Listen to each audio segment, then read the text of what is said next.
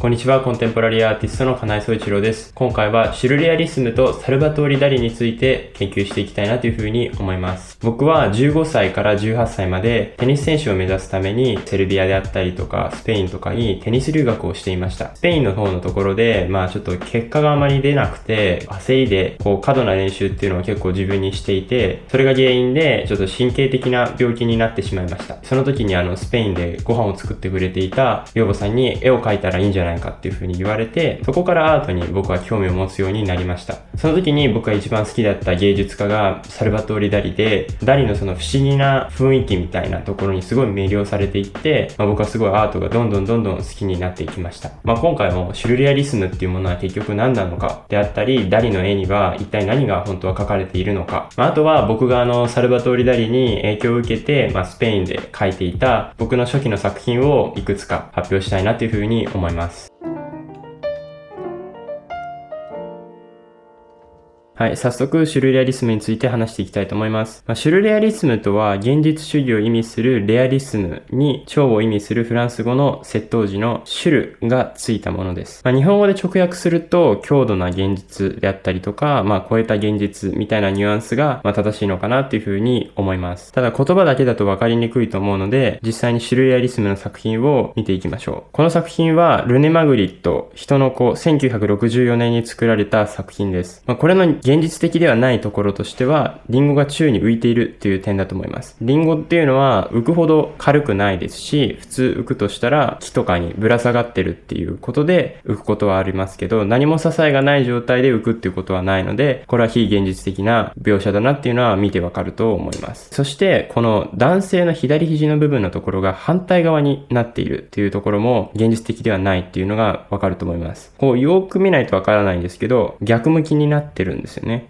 肘だけが。だからこういうところが、シュルレアリスムの特徴的なところだと思います。つまり、シュルレアリスムっていうのは、現実にあるものを現実ではありえない場所に置いたり、ありえない大きさであったり、別の形に変えて表現するっていうことが、特徴なのかなっていうふうに思います。そしてこのシュルレアリスムという芸術運動は、1924年のアンドレ・ブルトンのシュルレアリスム宣言から始まりました。アンドレ・ブルトンは、パリダダに所属していた詩人であり、フランスの共産党議員でもありました。フランスの共産党議員はすぐに辞めさせられたんですけど、ただ芸術家というか、その芸術に大きな影響を与えた人で、共産党とかの議員だったっていうのは結構珍しいんじゃないかなというふうには思います。そして1930年にマンレイが取ったシュルレアリスムのグループを見るとわかる通り、ダリであったり、マンレイであったり、他の詩人であったり、芸術家、合計9人がシュルレアリスムのグループに入っていたことがわかります。そしてここからはシュルレアリスム運動について詳しく知るためにアートペディアさんのシュルレアリスムの部分から引用させていただきます。このシュルレアリスム運動が理想としていたのは、夢と現実の矛盾した状態の肯定だった。しかしながら多くのシュルレアリストたちは、シュルレアリスム表現の目的は芸術であるとともに、まず第一に哲学的な思考であり、日常生活に影響や変化を及ぼすものと考えていた。リーダーのアンドレ・ブルトンに至っては、シュルレアリスム運動を個人の意識的革命や日常の革命にとどまらず、政治的革命、社会的革命も可能にすると考えていたというふうに書かれているんですけど、シュルレアリスムで結構難しいなって思うのはここで、夢と現実の矛盾した状態の肯定でありながら、日常生活に影響や変化を及ぼそうとしているっていうことなんですよ。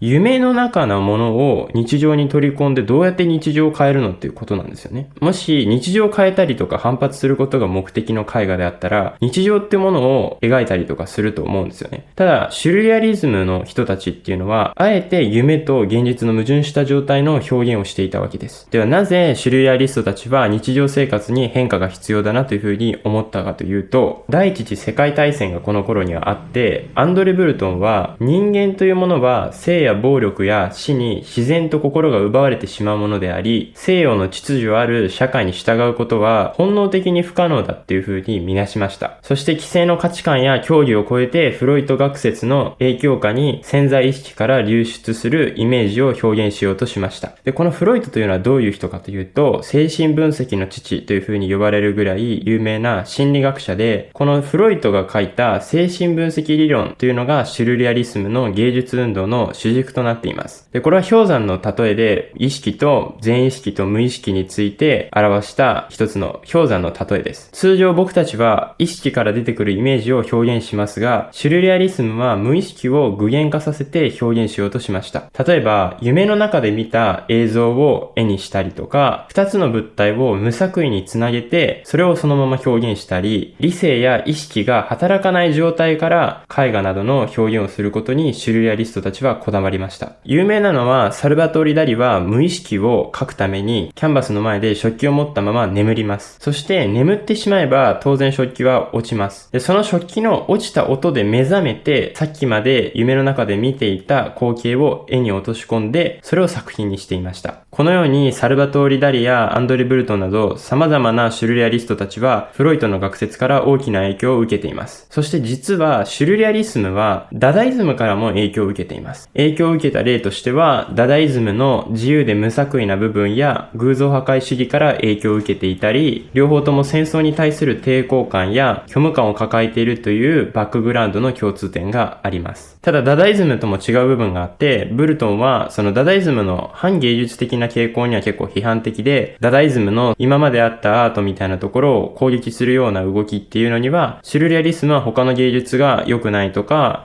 それは芸術ではないみたいな攻撃的な姿勢ではないというのが特徴だと思います。二つを簡単に分けると、ダダイズムというのは芸術を破壊する否定的な表現であり、シュルレアリスムは現実を超えるという肯定的な表現だということです。まとめると、このシュルレアリスムというのは現実の日常が舞台であり、無意識から流出するイメージを表現した運動だということです。僕はシュルレアリスムって伝統的な美術館に飾られたりしてるので、現代アートとかっていうよりも高貴な芸術の抽象表現の分類なのかなっていうふうに勝手に思ってたんですけど、意外にファインアートだったっていうのは結構衝撃的でした。次はシュルレアリスムに所属していたダリの作品を見ていきましょう。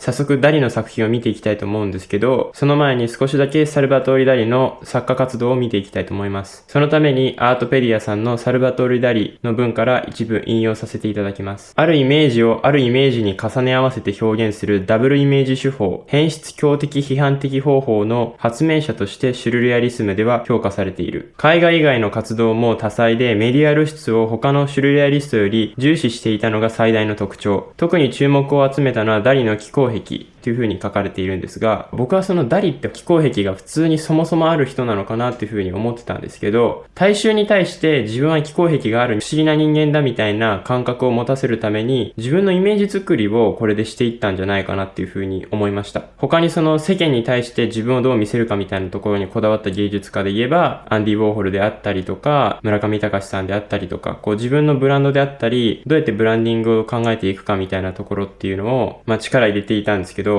まさかダリもそういう風にその自分の見せ方みたいなのにこだわっていたっていうのは知らなかったので、ちょっと衝撃的でした。あとは僕が好きなダリの名言があるんですけど、狂人と私の間にはただ一つ違いがある。狂人は自分を正常だと考えている。私は自分が狂人だと知っているっていう名言があるんですけど、これはダリが意識的に狂人を演じていたっていうことを言ってるように僕は感じます。シュルレアリスムの人たちって多分世間的に見たらやっぱり夢の世界とかいろんなこと言ってて、ちょっとおかしいというか不思議な人間に思われがちだったと思うんですよね。でそれをダリは自分のイメージっていうものもシュルレアリスムと同じにしていくことで、シュルレアリスムの思考であったりとかそういうものを世間に広めるっていうことにこだわったんじゃないかなっていうふうに思います。サルバトリ・ダリの作品を見ていきたいと思います。1931年に作られた記憶の個室という作品なんですけど、この作品をより深く知るために This is Media さんの記憶の個室のページから引用させていただきます。記憶の個室はダリの初期の作品の中でも代表作であり、柔らかい時計や溶ける時計とも言われ、シュルレアリスムの代表的な作品として頻繁に引用されています。描かれている3つの時計の時間が異なることは、現在の記憶と過去の記憶が入り乱れる無時間を表現しており、右上に描かれている岩場は故郷スペインのカタルーニャ・カダケスにあるクレウス岬であり、手前に描かれている3つの溶ける時計は、キッチンで妻のガラが食べていたカマンベールチーズが溶けていく状態を見て、インスピレーションを得て描いたものであることをダリ本人が語っています。という風に書かれているんですけど、これ以外にもすごい注目するべきところがあって、まず一つ目に、このオレンジの時計のところにアリがすごく集まってるっていうところがすごく注目ポイントで、ダリの場合、アリっていうのがすごく絵の中で使われます。で、このアリっていうのは何の意味を表しているのかっていうと、死であったり腐敗っていうことを意味するというふうに言われています。そしてこのアリの隣の方の金の時計を見ると一匹のハエがいて、ここが対称関係になってるんじゃないかなっていうふうに思います。そしてもう一つの対称関係が金の時計と銀の時計があることですね。これが何を意味をしているのかっていうことはちょっとわからないんですけど、ダリの場合対立関係を絵の中で作ることが多いので、ここも注目ポイントだと思います。そしてこの銀の時計の下の部分を見ると半分の顔になっていて、閉じている目とまつげと鼻が確認することができると思います。そして実はこの絵の中には口と鼻が存在しています。この絵を反対にして木の根元の部分のところを見るとわかると思うんですが、若干割れ目が入っていて、それで口みたいなものを表し、根元の部分を見ると若干鼻のようにも見えてきます。そしてクレウス岬の方のところを注目すると見えてくるんですが、一つの小さな卵が見えます。この卵というのもダリの作品によく出てくるものなんですけど、卵というのは希望であったり愛を表すというふうに言われています。つまりこの作品はアリの描写をすごく手前に置き、死であったり腐敗というものを強調し、愛であったり希望というものが遠いということをこの作品で表現しているように僕は思います。続いての作品は1937年に作られた水面に像を映す白鳥。この作品をより深く知るために This is Media さんから引用させていただきます。水面に像を映す白鳥はダリがダブルイメージで描いた作品の中で最も有名な作品です。一見水辺に佇んでいる3羽の白鳥が描かれているように見えますが、水面に反映した白鳥は象の姿に見え、白鳥の後ろに描かれた枯れ木も反映した水面の中では象の足の部分になっています。カタルーニャ地方の風景の中にある崖にはポケットに手を入れた男性がいますが、これはダリ自身を描いており、この作品はダリの心臓風景を描いていると言われています。というふうに書かれているんですけど、この絵には他にもすごいいろんな仕掛けがあって、まず一つに崖の部分のところが燃えていたりだとか、奥の方を見るとボートがあって、そしてこの手前の方にあるのはイカなのか、鳥なのかちょっとわからない生物がいたりとか、そして最も注目するべきポイントは、この一番左にある木にぶら下がっている枯れた花です。この木をよーく見ると、女性の顔にだんだん見えてきます。つまり、このダリがこのポケットに手に入れた男性であるということは、この木の女性というのは柄を表していることになります。そしてこの雲も赤と白で、赤色の雲はなんだか左を向いていて、白の雲っていうのは右を向いているように見えます。これはダリと柄の関係であったりとか、ダリのこの孤独感みたいなものをこの絵で表しているんじゃないかなっていうふうに思いました。次は1943年、新人類の誕生を見つめる地政学の子供。この作品を深く知るために This is Media さんから引用させていただきます。新人類の誕生を見つめる地政学の子供は、ダリがアメリカに滞在していた時に、ルネサンス古典絵画やカトリック宗教から影響を受け、シュルレアリスムから科学や宗教といったより普遍的なものに移行していた時期に描かれた作品です。この作品で描かれている卵は地球を表しています。この地球の卵から出てこようとする人はアメリカの位置から現れており、これは新人類を表現しています。そしてこの新人類の左手はイギリスがある位置を掴んでおり、イギリスの運命はアメリカが握っていることを指しているようです。そんな新人類の誕生を両性具有的な人物と、それにしがみつくのはタイトルにもなっている地政学の子供が恐る恐る見つめる様子が描かれています。この作品は第二次世界大戦の状況やその後の世界を暗示した社会的要素の強い作品です。というふうに書かれているんですけど、この文に書かれている通り、この作品に描かれているこの卵は地球を表していて、アメリカの部分のところから新人類がが出てきているように描かれています。そしてこのアメリカから出てきている新人類の左手の部分のところはイギリスがある位置を掴んでいて、アメリカがイギリスの人生を掴んでいるということを表しています。この割れた卵からは血が出ていて、そしてこの卵の下にあるのは白色の布です。で、これから見てわかる通り、出産をイメージしたんじゃないかなっていうふうに思います。そしてアフリカの方のところを注目すると、アフリカの方からは涙が出ています。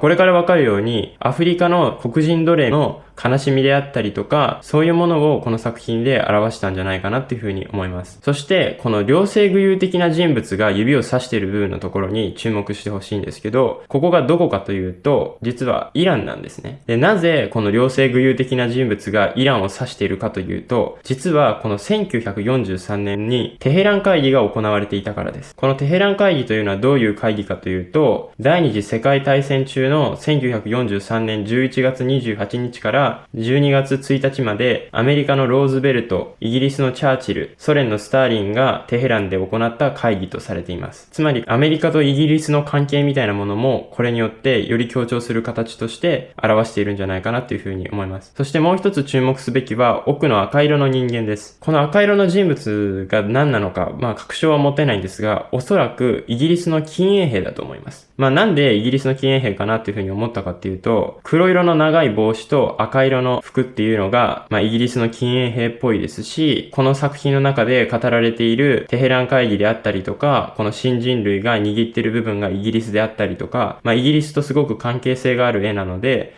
これはイギリスの禁衛兵なんじゃないかなっていうふうに思いました。あとはこの禁衛兵の後ろの部分を見ると、実は小さな卵があって、で、この卵が意味するのは、おそらくこの世界のまだ希望が小さくある、戦争が起こったとしても僕たちにはまだ小さな希望があるみたいな、そういうことを表してるんじゃないかなっていうふうに思いました。この作品はもう本当に他にもいろんな部分のところを見れば見るほど、もっともっとその戦争的な要素、ダリが伝えたいことであったりっていうのが見えてくると思うんですよね。例えばこの上の部分のところにあるマントっていうのが何なのかであったりとか、この右後ろにある塔っていうのが何なのかであったり、この両性具有的な人物の股の部分のところで隠している葉っぱっていうのは何なのか、僕の予想は大麻なんですけど、なんかそういうのとかいろいろ考えることができるなっていうふうに思いました。次はサルバトーリ・ダリに影響を受けて僕が昔描いた作品を見ていきたいなというふうに思います。